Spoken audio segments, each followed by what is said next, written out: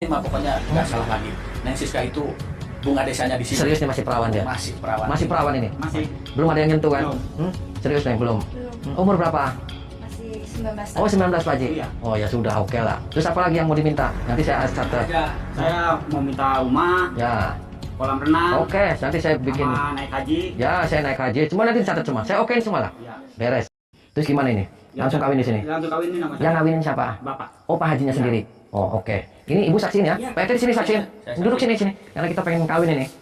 Neng sudah siap kawin sama saya? Sudah. Sudah siap 100%. Abang gak bisa. Oh, enggak nyesel. Tenang aja. Siap semuanya, Pak? Siap. Oke. Siap nggak Pak? Pak RT? Saksi? Siap, siap. Ibu saksi siap? Iya, siap. Mm-mm.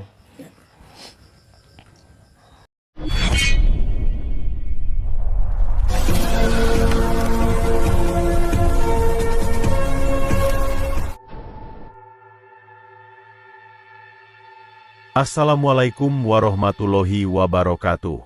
Sahabat pemirsa yang dirahmati Allah Subhanahu wa Ta'ala. Selamat menyimak kembali kisah dakwah Ustadz Kang Ujang Bustomi, dan semoga keberkahan senantiasa terlimpahkan kepada kita semuanya. Kisah ini adalah ketika Kang Ujang Bustomi melakukan kawin kontrak dengan Ning Siska, seorang perempuan rupawan di sebuah kampung pedalaman. Hal tersebut dilakukan Kang Ujang adalah untuk membongkar praktek menyesatkan yang dilakukan banyak warganya di kampung tersebut. Yang mana, sang anak perempuan mereka diminta melakukan kawin kontrak untuk menguras harta benda para pria kaya raya. Lalu bagaimanakah cara Kang Ujang Bustomi untuk membongkar praktek kawin kontrak di kampung tersebut? Silahkan disaksikan kisahnya selengkapnya. Dan semoga Allah Subhanahu wa Ta'ala senantiasa memudahkan Kang Ujang Bustomi dalam menjalankan setiap misi dakwahnya.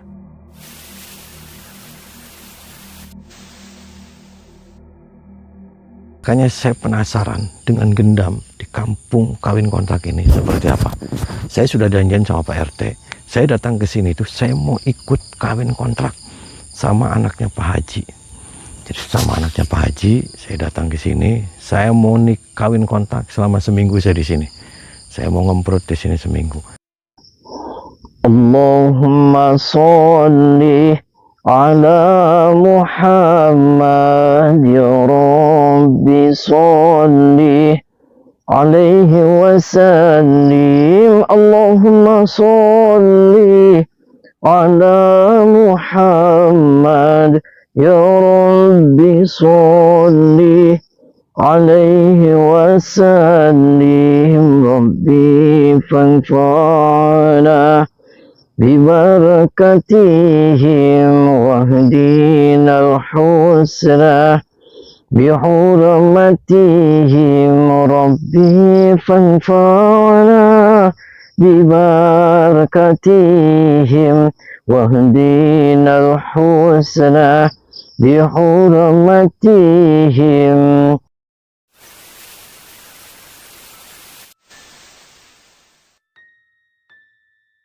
Sahabat Kang Ujang Bustomi yang berbahagia.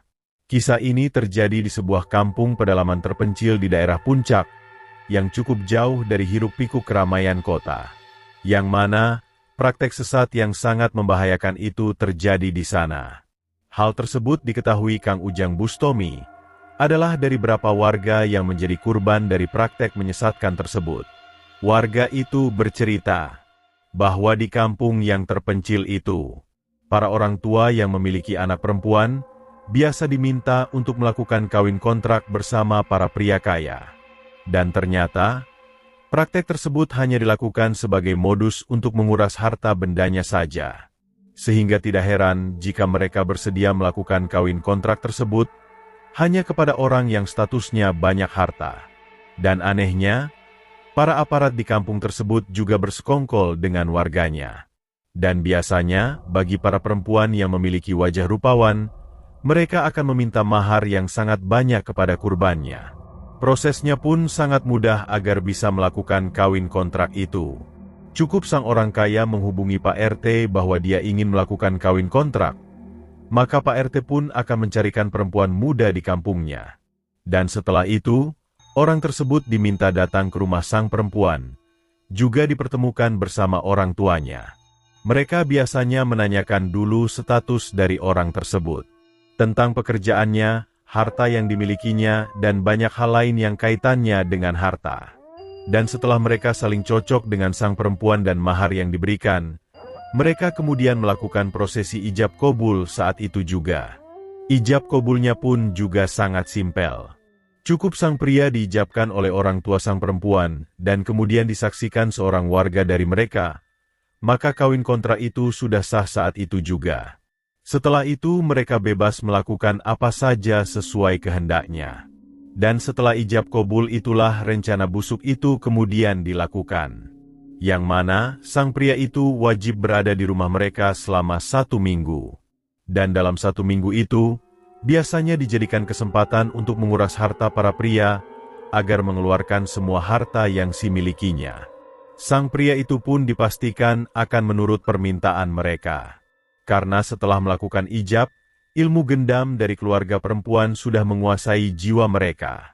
Dan setelah seminggu ada di rumah tersebut, sang pria pun diminta segera pergi dalam kondisi yang seperti orang gila. Dan anehnya, para kurban kawin kontrak itu kebanyakan malah dari orang-orang yang sangat jauh. Bahkan tidak sedikit mereka yang berasal dari luar negeri. Dan mendengar cerita miris yang demikian itu, Kang Ujang pun menjadi sangat penasaran. Seperti apakah kampung yang melakukan kawin kontrak itu, dan Kang Ujang mempunyai misi untuk menghentikannya. Maka datanglah Kang Ujang dengan misi yang rencanakannya itu. Mula-mula Kang Ujang menghubungi Pak RT, agar mencarikan perempuan cantik yang bersedia untuk melakukan kawin kontrak dengan dirinya. Dan setelah Pak RT sudah berhasil mendapatkannya, Kang Ujang diminta datang ke sebuah keluarga yang siap melakukan kawin kontrak itu. Namun ketika Kang Ujang sampai di kampung tersebut, tampak rumah-rumah mereka cukup sederhana. Seharusnya dengan harta yang dimiliki dari kawin kontrak itu, para warga memiliki rumah yang mewah. Akan tetapi Kang Ujang yakin semua yang terjadi itu hanyalah modus, dan Kang Ujang ingin membongkar semuanya. Maka bertemulah Kang Ujang dengan Ning Siska, seorang perempuan yang sangat cantik rupawan itu. Ning Siska itu adalah perempuan yang akan melakukan kawin kontrak dengan Kang Ujang Bustomi, dan usianya masih 19 tahun. Dan disaksikan oleh para RT, Kang Ujang pun memperkenalkan dirinya dan menyampaikan tujuannya. Kang Ujang mengaku bernama Dorarmon, bersasal dari Jakarta, dan dia datang adalah ingin melakukan kawin kontrak. Orang tua Ning Siska yang bernama Haji Heri itu pun kemudian mengatakan, "Apakah pekerjaan dari Doraemon? Dan berani memberi mahar berapa jika ingin kawin kontrak dengan putri cantiknya?" Kang Ujang pun mengaku bahwa dia adalah seorang bos mentok yang biasa berbisnis sampai luar negeri. Adapun maharnya, Kang Ujang mempersilahkan Ning Siska dan keluarganya untuk meminta sekehendak hatinya. Ning Siska dan orang tuanya pun mengatakan, mereka meminta sejumlah uang yang bisa untuk membeli rumah mewah. Juga meminta untuk membelikan mobil terbaru yang berharga mahal. Juga barang-barang berharga lain yang diminta oleh ibu dari Ning Siska. Mendengar banyaknya harta benda yang diminta Ning Siska dan keluarganya itu, Kang Ujang pun mengatakan bahwa baginya, mahar yang diminta itu sangat mudah untuk Kang Ujang penuhi. Hartanya sangat melimpah. Jika hanya untuk membeli hal-hal semacam itu, baginya yang penting, Ning Siska yang cantik itu bisa menikah dengan dirinya dan dia bisa menikmatinya sepuasnya. Maka setelah saling sepakat itulah Kang Ujang kemudian diminta untuk melakukan prosesi pernikahannya. Dengan disaksikan Pak RT, orang tua Ning Siska pun menggenggam tangan Kang Ujang Bustomi untuk melakukan ijab kabul. Setelah melakukan ijab kabul dengan ayah dari Ning Siska, Kang Ujang kemudian diberi sebuah air dalam gelas agar diminumnya. Di saat itulah Kang Ujang merasakan ada sebuah energi negatif yang sangat kuat dalam air di gelas itu. Kang Ujang yakin energi iblis itu adalah sebuah kekuatan ilmu gendam yang sangat hebat. Dan ketika Kang Ujang bertanya kepada Pak RT itu mencoba meyakinkan bahwa air tersebut adalah air biasa seperti pada umumnya. Kang Ujang pun meminum air di dalam gelas itu. Namun tentunya, Kang Ujang sudah menetralisir ilmu gendam di dalam air gelas tersebut. Setelah itulah Kang Ujang sudah dikatakan sah sebagai suami kontrak dari Ning Siska. Dan Kang Ujang dipersilahkan untuk melakukan apa saja dengan sang perempuan cantik itu.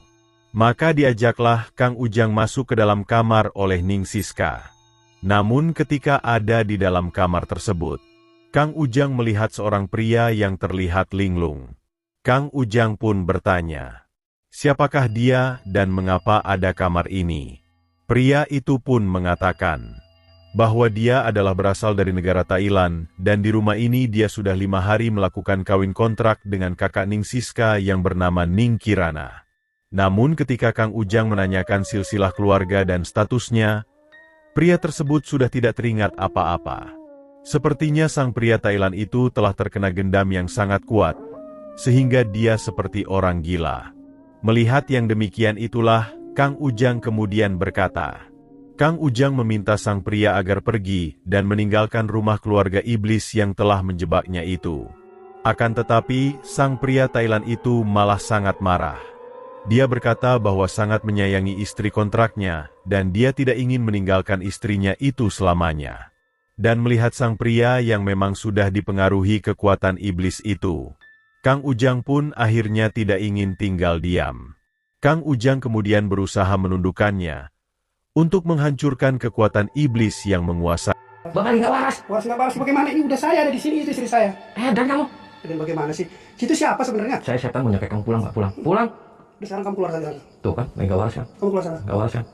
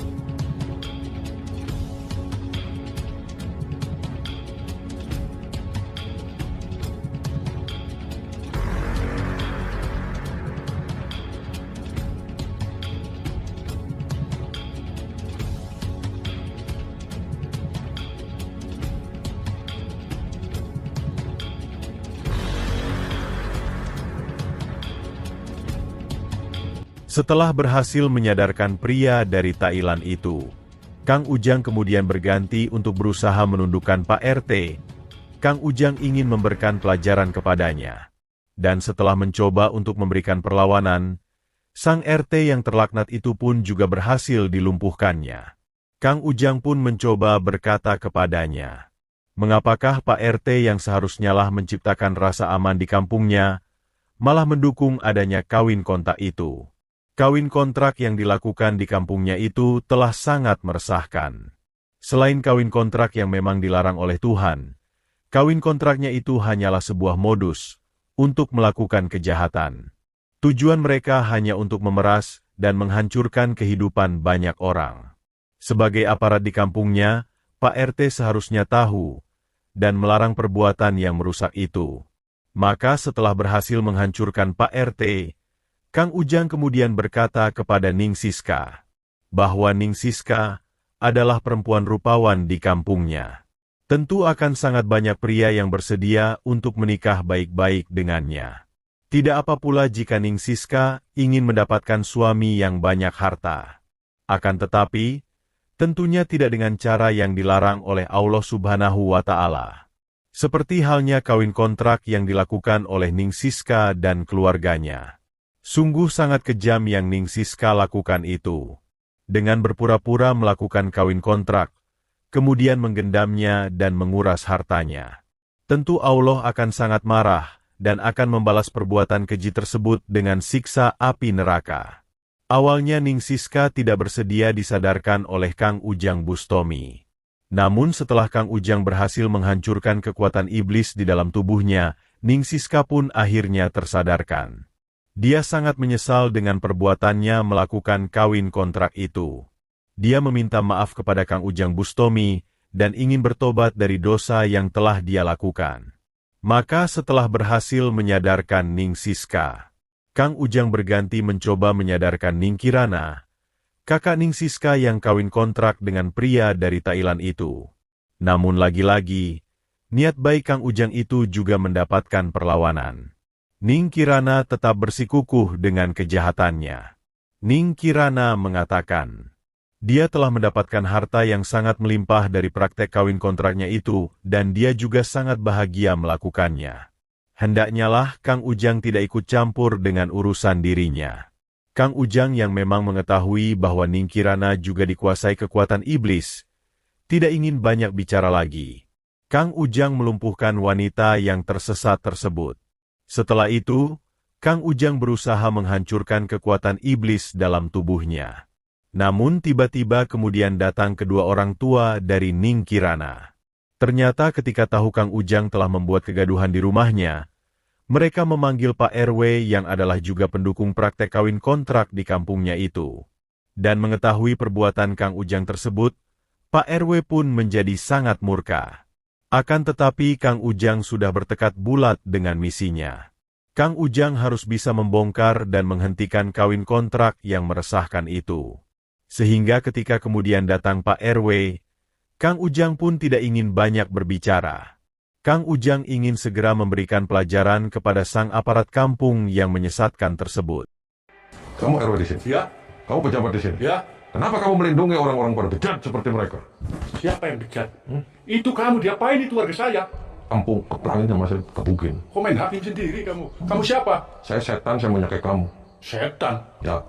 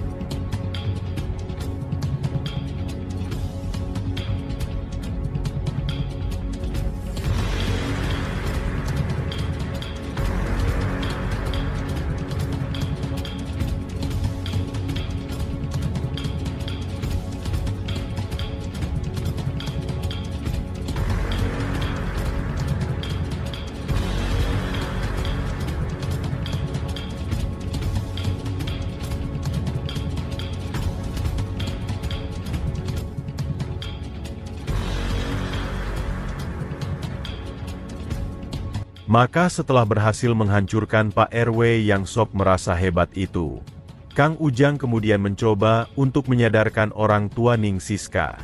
Kang Ujang meminta agar Haji Heri dan istrinya tidak lagi melakukan praktek kawin kontrak kepada dua anak perempuannya. Akan tetapi, sama seperti yang lainnya, Haji Heri juga bersikukuh dengan nafsu serakahnya. Sehingga tidak ada pilihan lain, Kang Ujang juga harus melakukan hal yang sama. Kang Ujang ingin melumpuhkan dulu Haji Heri dan kemudian menghancurkan kekuatan iblis di dalam tubuhnya.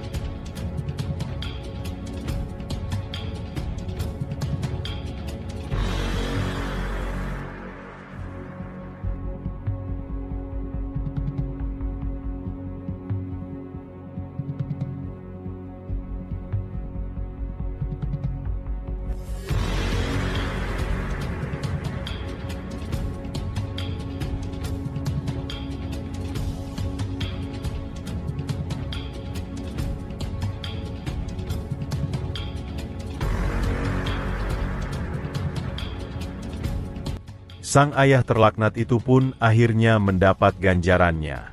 Ilmu hikmah Kang Ujang yang sangat hebat telah berhasil menghancurkannya. Akan tetapi Haji Heri tetap belum mengaku bersalah atas semua perbuatannya. Bahkan dia kemudian mengatakan bahwa dia masih memiliki seorang sesepuh kampung yang adalah juga gurunya. Dan Haji Heri akan meminta bantuan gurunya itu untuk menghancurkan Kang Ujang Bustomi. Kang Ujang pun mempersilahkan Haji Heri untuk pergi melapor kepada guru spiritualnya. Dan sambil menunggu Haji Heri yang memanggil gurunya, Kang Ujang mencoba untuk menyadarkan istrinya. Kang Ujang mengatakan, seharusnya orang tua itu senantiasa mengajarkan kebaikan kepada anak-anaknya. Tidak malah mencontohkan keburukan, juga perbuatan yang dilarang oleh Allah Subhanahu wa Ta'ala. Kawin kontrak yang dilakukan itu adalah perbuatan yang merusak, dan telah sangat banyak kehidupan yang hancur karenanya. Kang Ujang kemudian meminta sang perempuan tersebut agar bertobat dan kembali menjalankan ajaran Tuhan Yang Maha Esa. Akan tetapi, sang perempuan setengah baya itu ternyata juga tidak jauh berbeda dengan suaminya. Dia masih tetap membenarkan kawin kontrak yang menurutnya telah memberikan banyak harta itu. Sehingga Kang Ujang kemudian harus kembali melakukan tindakan. Kang Ujang kemudian melumpuhkan sang perempuan, sekaligus juga untuk memberikan pelajaran.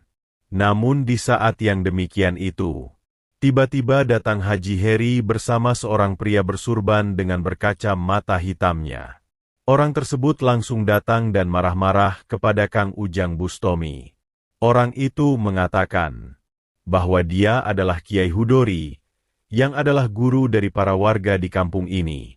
Mengapa Kang Ujang tiba-tiba datang dan mengacak-acak kampung kekuasaannya? Kang Ujang pun mengatakan, sebagai seorang kiai yang adalah juga guru dari mereka, mengapa Kiai Hudori membiarkan warganya melakukan kawin kontrak yang meresahkan itu? Kawin kontrak yang dilakukan oleh warga di kampungnya itu telah menghancurkan kehidupan banyak orang. Seharusnya sang kiai melarang mereka dan mengajarkannya untuk senantiasa menjalankan perintah Tuhan. Kiai Hudori sangat marah dengan perkataan Kang Ujang Bustomi. Itu adalah hak dari para warga untuk menentukan nasibnya. Kawin kontrak itu telah memberikan banyak kebahagiaan bagi mereka. Seharusnya Kang Ujang tidak ikut campur dengan urusannya. Setelah itulah sang kiai sesat itu kemudian mengancam Kang Ujang Bustomi. Dia meminta agar Kang Ujang meminta maaf dan kemudian pergi, karena kalau tidak, dia dan para pengikutnya tidak segan untuk menghabisi. Dan diancam Kiai Hudori yang demikian itu. Kang Ujang pun tidak ada pilihan lain. Tidak ada cara lain lagi untuk menyadarkan mereka selain menghajar dan menghancurkannya. Maka terjadilah pertarungan hebat Kang Ujang Bustomi dengan Kiai Hudori dan para pengikutnya itu.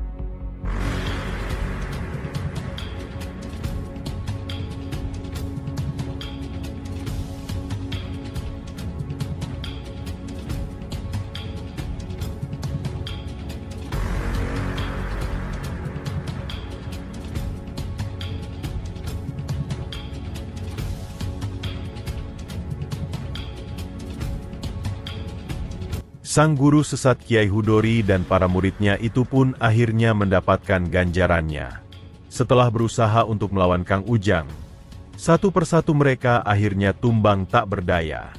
Ilmu hikmah pamungkas Kang Ujang Bustomi yang sangat hebat, telah memaksa mereka menyerah dan menjemput takdirnya. Maka setelah berhasil menghancurkan Kiai Hudori dan para pengikutnya, Kang Ujang mencoba kembali berkata kepada Haji Heri, yaitu agar sang ayah tersesat itu bertobat dan meninggalkan praktek kawin kontrak menyimpang yang dilakukannya. Kasihan Ning Siska dan Ning Kirana. Jika dua putri rupawan itu harus menanggung akibatnya, hanya karena harus menuruti nafsu serakah seorang ayah, putrinya harus dinikmati sepuas hatinya oleh banyak pria. Selain itu, praktek kawin kontrak itu sangat dilarang oleh Allah dan seharusnya lah manusia untuk tidak melakukannya. Akan tetapi, Haji Heri ternyata masih dikuasai iblis di dalam jiwanya. Walaupun Kang Ujang berusaha menunjukkan kebaikan, sedikitpun dia tidak hendak menerimanya. Bahkan, dia kembali mencoba untuk melawan Kang Ujang Bustomi. Sehingga tidak ada pilihan lain, Kang Ujang harus kembali menghajarnya. Haji Heri pun akhirnya tumbang tak berdaya. Dan setelah itulah Kang Ujang melantunkan ayat-ayat Al-Quran yang mulia. Kang Ujang menghancurkan ilmu hitam dalam tubuh Haji Heri, juga mencabut semua ilmu iblis yang menguasai pikirannya. Setelah itulah Haji Heri kemudian tersadar bahwa selama ini dia telah berbuat tega kepada dua anak perempuannya. Dia telah menjerumuskan sang putri, sehingga mereka terjerumus masuk ke dalam lembah dosa. Kang Ujang juga berusaha menyadarkan istri dari Haji Heri, sehingga sang perempuan itu juga bertobat dan ingin kembali kepada jalan Tuhan Yang Maha Esa. Maka selesailah misi Kang Ujang Bustomi untuk menghentikan praktek meresahkan kawin kontrak di kampung itu. Dan semoga misi mulia yang Kang Ujang Bustomi lakukan mendapatkan keberkahan dari Tuhan. Terima kasih telah menyimak kisah dakwah inspiratif yang penuh nilai dan kemuliaan ini. Ambillah sisi positifnya dan buanglah sisi negatifnya. Tentunya kami juga berharap kisah dakwah yang kami sajikan ini bisa memberikan manfaat, juga bisa jadi petunjuk bagi para pemirsa. Dan semoga Allah Subhanahu wa Ta'ala senantiasa memberikan banyak karunia-Nya kepada kita semuanya.